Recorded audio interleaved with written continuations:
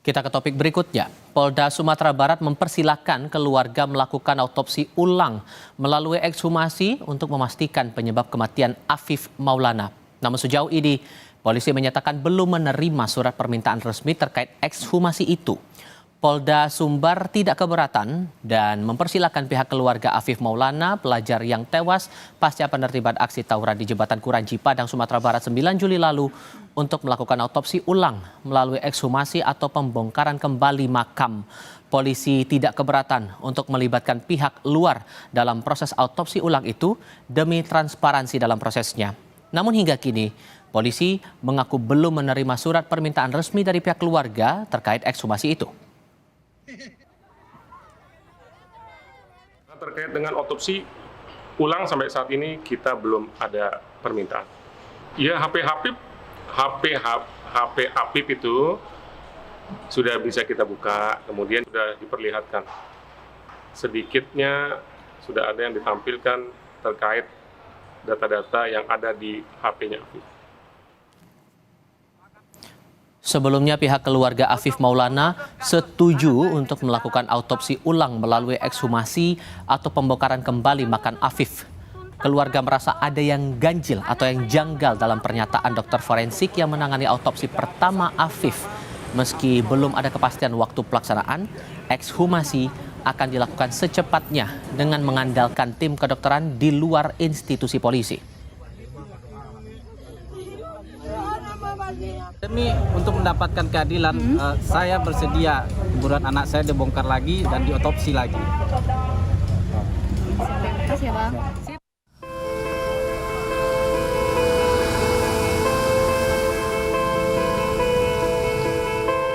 Keluarga Afif Maulana, remaja yang diduga meninggal akibat dianiaya polisi di Padang, Sumatera Barat, mengikuti aksi Kamisan ke-821 di depan Istana Kepresidenan, Jakarta. Dengan membawa foto Afif, keluarga menuntut keadilan untuk penanganan kasus kematian Afif. Keluarga mengaku resah karena permohonan penuntasan kasus kematian Afif tak pernah ditanggapi pihak kepolisian. Kami juga tidak percaya dengan kepolisian, makanya kami ke sini ingin meminta bantuan dan dukungan dari semua pihak yang bisa mendukung kami dan peduli dengan anak kami. Nah, kami harap kami bisa mendapatkan keadilan untuk kematian anak kami yang tidak wajar. Dan saya harap polisi bisa bekerja dengan terbuka mengusut kasus anak saya. Dan Pak Kapolri dan Presiden juga bisa turut membantu kami untuk mengusut kasus anak kami dengan benar dan jujur. Sebelumnya keluarga Afif didampingi LBH Padang telah mengadukan Kapolda Sumatera Barat Irjen Suharyono ke Propam Mabes Polri terkait dugaan pelanggaran etik di kasus pengusutan kematian Afif Maulana. Melalui klarifikasi pernyataan Kabid Humas, Kombes Dwi Sulistiawan, Kapolda Sumbar menyatakan siap menghadapi semua laporan tersebut karena semua penyidikan sudah sesuai aturan dan fakta yang ditemukan. Pagi kebetulan Bapak Kapolda menerima audiensi dari LPSK. Disinilah Bapak Kapolda menyampaikan bahwa Bapak Kapolda dilaporkan dan siap menghadapi laporan tersebut. Karena memang dari awal terjadinya kasus ini sampai detik ini Bapak Kapolda selalu berbicara sesuai dengan fakta, sesuai dengan data, dan sesuai dengan petunjuk yang ada. Jadi Bapak Kapolda tidak ngarang-ngarang. Afif Maulana ditemukan meninggal dunia di Sungai Batang Kuranji, Padang, Sumatera Barat, Minggu 9 Juni 2024, diduga dianiaya aparat polisi. Polda Sumatera Barat berjanji mengungkap seterang-terangnya misteri kematian Afif Maulana dan tak ada yang ditutup-tutupi. Tim Liputan, Kompas TV. Kasus kematian Afif Maulana, pelajar 13 tahun di Padang, Sumatera Barat belum menemui titik terang. Keluarga mengajukan autopsi ulang terhadap jenazah Afif untuk mengetahui penyebab kematian. Keluarga yakin anaknya meninggal bukan karena terjatuh seperti penemuan dari polisi. Untuk mengetahui perkembangan kasus ini sudah bergabung bersama kami Ketua Harian Kompolnas Beni Mamoto dan Wakil Ketua Advokasi YLBHI Jakarta Arif Maulana. Selamat sore semuanya, apa kabar? Selamat sore, kabar Terima kasih baik. sudah bergabung bersama kami. Pak Beni, keluarga masih meyakini bahwa ada dugaan penyiksaan terhadap anak mereka, Afif Maulana ini. Tapi sejauh ini dari perkembangan penyidikan yang Anda cermati dari polisi, apakah indikasi itu terbukti? Jadi perlu kami sampaikan bahwa kami pada saat itu turun bersama-sama dengan Komnas HAM perwakilan Tubar, kemudian KPAI, Deputi Kementerian PPPA, kemudian juga dengan beberapa pihak yang lain dari pemerintah daerah tempat. Forum gelar dihadiri oleh keluarga korban, orang tua korban, Ketua LBH Padang, kemudian juga ahli forensik yang mengotopsi. Jadi forum gelar itu terbuka sekali, diberikan kesempatan dari pihak keluarga korban dan LBH Padang mendengar saksi kunci, ya, Saudara Adit, dan 2 polisi yang melakukan penangkapan terhadap Adit. Langsung terjadi dialog, tanya jawab, dan sebagainya. Termasuk via LBH sudah bertanya langsung kepada ahli forensik yang melakukan otopsi. Jadi pada saat itu setelah acara, Pak Kapolda komunikasi langsung dengan Direktur LBH Padang, dibukalah komunikasi, silahkan apabila ada data baru, saksi baru yang menguatkan pembuktian, silahkan karena akan segera ditindaklanjuti. Jadi forum itu menurut kami itu bentuk transparansi karena hadir pengawas eksternal. Kemudian juga dibuka ruang komunikasi. Nah, kami tadinya berharap bahwa setelah kami pulang itu karena sudah terbangun komunikasi dengan cepat, ini Pak saksi saya bawa, ini Pak bukti saya bawa, sehingga penyidik bisa menindaklanjuti dengan langkah-langkah penyidikan. Itu harapan kami. Oke. Karena kalau tidak, nanti kita kehilangan waktu. Termasuk masalah second opinion, itu sempat disampaikan di forum. Dari pihak LBH akan menyampaikan, kita akan cari second opinion dari pakar forensik. Silakan, dan itu bagus menurut kami. Ajukan segera permohonannya supaya jenazah tidak nanti semakin lama kan semakin rusak. Oke, atas permohonan ekshumasi dari pihak keluarga atau otopsi ulang itu sebetulnya prosedurnya bagaimana? Prosedurnya tinggal mengajukan saja surat bahwa kami mengajukan second opinion pakar forensik, oleh sebab itu diperlukan ekshumasi otopsi ulang. Nah, ini akan direspon oleh pihak Polda. Sekali lagi, semakin ditunda, jenazah akan semakin rusak. Dan nanti hasilnya juga akan, karena kami mengalami beberapa kali kasus di mana kami diundang menghadiri ekshumasi. Di Papua, kami hadir ke sana. Bagaimana ekshumasi dilakukan. Di sana untungnya, jenazah sudah hampir 1 tahun itu masih bagus. Karena cuaca, karena tanah, dan sebagainya. Oke. Mas Arief, permintaan untuk otopsi ulang ini apa kecurigaan dari pihak keluarga sebetulnya? Iya, terima kasih.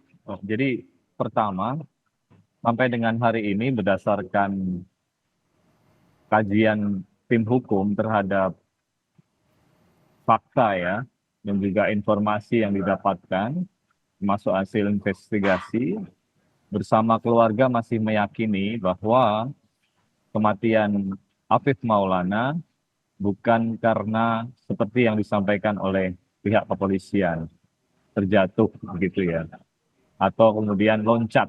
Kan ada 2 versi ya yang kemudian disampaikan. Pertama terjatuh, kemudian yang kedua dikoreksi terpleset begitu ya. Dan yang menarik itu disampaikan oleh ahli forensik. Jadi itu yang pertama. Dan yang kedua, ya, keluarga dan juga pendamping sampai kemudian dengan hari ini sebetulnya memiliki kecurigaan terkait dengan kejanggalan-kejanggalan yang disampaikan oleh pihak Polda Sumbar gitu ya. Misalkan yang pertama berkaitan dengan proses hukum yang menurut Polda Sumbar ditutup gitu ya. Kalau ada bukti baru kemudian dibuka. Kami melihat ini terlalu cepat sekali melakukan kesimpulan ya terhadap proses penegakan hukum yang mestinya lebih cermat, hati-hati dan juga teliti. Terlebih ini praktek yang terjadi bukan sekedar kejahatan biasa, tapi adalah penyiksaan ya, dan itu sudah diakui dan disampaikan sendiri oleh Kapolda. Itu terjadi begitu ya terhadap belasan anak begitu ya. Dan Tapi juga kalau terhadap proses dari otopsi pertama ini, apakah ada hal yang diragukan juga dari pihak keluarga, makanya meminta untuk otopsi ulang? betul, iya.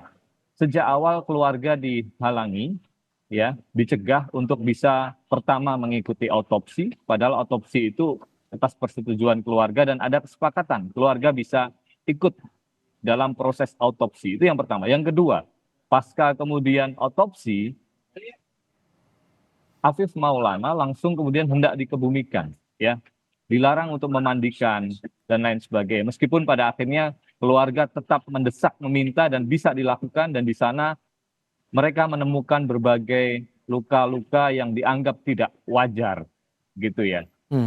Itu yang kemudian membuat keluarga menduga bahwa ini bukan sekedar kematian biasa, tapi Afif Maulana bagian dari korban penyiksaan. Yang ketiga, ada upaya dari pihak Polsek ya setempat, dari kepolisian setempat untuk kemudian meminta keluarga tidak membuka masalah ini, tidak menuntut, dan kemudian ada semacam santunan yang diberikan, yang itu menurut keluarga sangat janggal.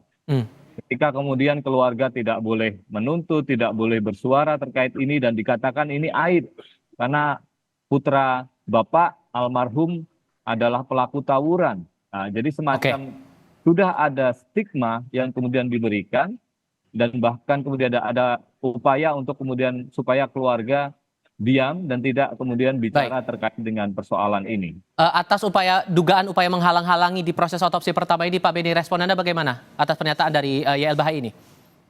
Ya, kami ingin menyampaikan dulu tambahannya. Ketika kami turun ke Polda Sumbar, saat itu HP dari Adit belum bisa dibuka, masih dalam proses. Nah, kami kemarin dapat informasi bahwa HP itu sudah dapat dibuka kembali, kemudian isinya itulah yang nanti bisa menjelaskan lebih terang peran dari masing-masing, baik Adit maupun Afif. Nah, ini menurut saya, demi transparansi menurut kami, hal ini perlu disampaikan atau dipaparkan kepada keluarga, kepada penasihat hukum. Ini loh hasil scientific crime investigation seperti ini. Sehingga nanti satu-satu isu ini bisa dinetralisir. Terlibat tawuran nggak sih? Anggota grup nggak sih? Itu terjawab semua di HP. Sehingga dengan satu persatu bisa terjawab, ini tidak kemudian menjadi isu liar. Kami tiap hari terima pertanyaan WA, entah dari media, entah dari teman, entah dari mana, dari pegiat LSM dan sebagainya. Nah, ini kesimpulan kami, hal-hal yang dipertanyakan akan bisa terjawab. Dengan tadi, ini hasil HP yang dibuka, komunikasi bunyinya begini, silakan tafsirkan sendiri. Karena itu tidak direkayasa, karena itu memang komunikasi di antara mereka. Saya mau pastikan dulu Pak, soal proses scientific crime investigation terhadap kasus ini dari polisi mengaku sudah diberikan kepada pihak keluarga atau belum? Ini setahu kami belum, karena ini kan keluarga lebih aktif di Jakarta. Kalau saran kami sebaiknya diundang, supaya satu persatu tadi ya, isu itu bisa langsung diselesaikan, terjawab gitu. Siapa sih yang tawuran? Mana dengan mana? Apa peran anak-anak ini? Itu semua terjawab di HP itu. Saya kira satu hal yang penting juga bahwa selain Afif Maulana yang menjadi korban penyiksaan ya, Ini bukan sekedar penganiayaan, ini kejahatan, pelanggaran HAM berat, itu adalah 17 anak, begitu ya. Kurang lebih 17 anak yang kemudian ada di Polsek Kuranji, begitu ya. Dan yang menarik adalah, ya, ini tidak menjadi konsentrasi juga.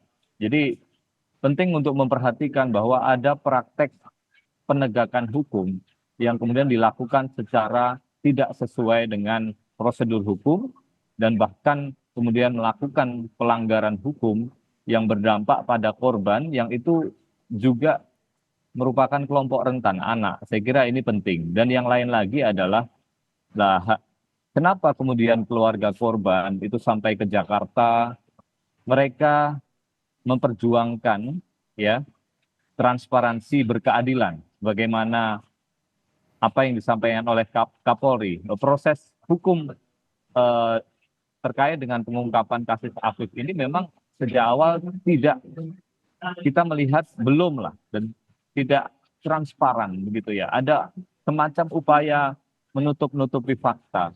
Tapi ada upaya tidak dari pihak polisi mengundang pihak keluarga untuk membahas lagi kasus ini, mendalami lagi kasus ini, Mas Afif? Belum ada. Makanya ketika Pak Benny Mamoto dari Kompolnas hadir, ini kan ada perubahan sikap dari Polda Sumbar. Awalnya mereka bersikukuh bahwa proses hukum terhadap seluruh anak itu sesuai dengan SOP, tidak ada pelanggaran, ya, bersikukuh demikian, dan kematiannya wajar. Tapi kemudian pasca Pak Benny hadir beserta dengan lembaga-lembaga negara yang lain, berubah posisinya. Nah, ini yang kemudian juga membuat kita bertanya-tanya, jangan-jangan masih ada yang ditutup-tutupi, gitu ya. Dan dugaannya memang demikian. Makanya kemudian kami hadir ke Jakarta, teman-teman ke Jakarta, mengadukan persoalan ini ke Pak Kapolri, yang Pak Kapolri kemarin sudah memerintahkan Itwasum dan juga Propam di kasus ini. Saya kira ini adalah hal baik. Kemudian yang kedua juga kami meminta LPSK memberikan perlindungan terhadap para saksi. Jadi yang perlu diperiksa itu bukan hanya saksi kepolisian dan hanya adit begitu ya, tapi juga saksi-saksi yang lain yang tahu dan bisa memberikan petunjuk, bahkan menjadi bagian dari saksi yang menjadi alat bukti untuk pengungkapan kasus ini. Ini yang kita perlukan, termasuk CCTV yang kemudian hilang. Laporan keluarga kepada pihak Polres Padang itu tanggal 10 Juni, 1 hari pasca kematian. Harusnya kemudian proses mencari keterangan alat bukti itu sudah dilakukan. Tetapi yang menarik adalah apa yang disampaikan oleh kepolisian, CCTV hilang, CCTV terhapus. Dan ini yang kemudian harus menjadi pertanyaan kritis kita sebagai seorang penegak hukum. Itu yang kita lakukan. Pak Benny, dengan banyaknya keraguan ini, Pak Benny, terakhir untuk Anda, apa yang bisa dijamin oleh pihak kepolisian bahwa kasus ini bisa transparan dan pihak polisi akan terbuka pada keluarga soal penyebab kasus ini? Betul, kata kuncinya menyelesaikan kasus ini adalah dua, transparansi dan komunikasi. Transparansi menyangkut masalah progres penanganan kasus ini harus disampaikan kepada keluarga, penasihat hukumnya. Apabila ada hal yang kurang jelas, ingin bertanya, dibukakan pintu, silakan. Sehingga dengan demikian tidak ada lagi hal-hal yang dipertanyakan, dicurigakan, dan sebagainya. Itu bicara transparansi. Kemudian kedua, bicara komunikasi. Memang dalam konteks ini, ketika menyampaikan kepada publik, ini perlu kecermatan.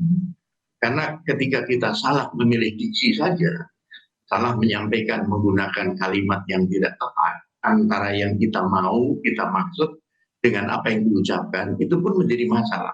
Di era sekarang ini memang sensitif sekali. Oleh sebab itu, kami bersama kementerian lembaga terkait mengawal kasus ini terus. Kami terus berkomunikasi, masing-masing menyampaikan progresnya. Jadi ada yang sudah mendampingi anak-anak yang 17 itu, bagaimana untuk pendampingan secara psikologis dan sebagainya. Nah, kami secara bertahap juga terus memantau. Contohnya kemarin kan sudah dapat masukan, Pak sudah dibuka HP-nya, oh bagus, kalau gitu nanti hasilnya sebaiknya ini kalau saran kami dikomunikasikan pada keluarga. Satu catatan Pak, bahwa anak-anak yang terlibat dalam geng motor apapun namanya, tawuran, ini tidak terjadi hanya di Padang, di berbagai kota. Oleh sebab itu peran orang tua menjadi penting, pengawasan terhadap mereka ketika keluar malam hari menjadi penting. Karena ini sudah dipetakan oleh pihak kepolisian di beberapa kota yang lain. Tapi yang penting juga adalah transparansi di balik kasus ini yang masih terus diusut juga oleh Polda Sumatera Barat. Pak Beni Mamoto, terima kasih. Mas Arief, terima kasih banyak sudah berdiskusi bersama kami. Selamat sore semuanya. Terima kasih. Terima kasih.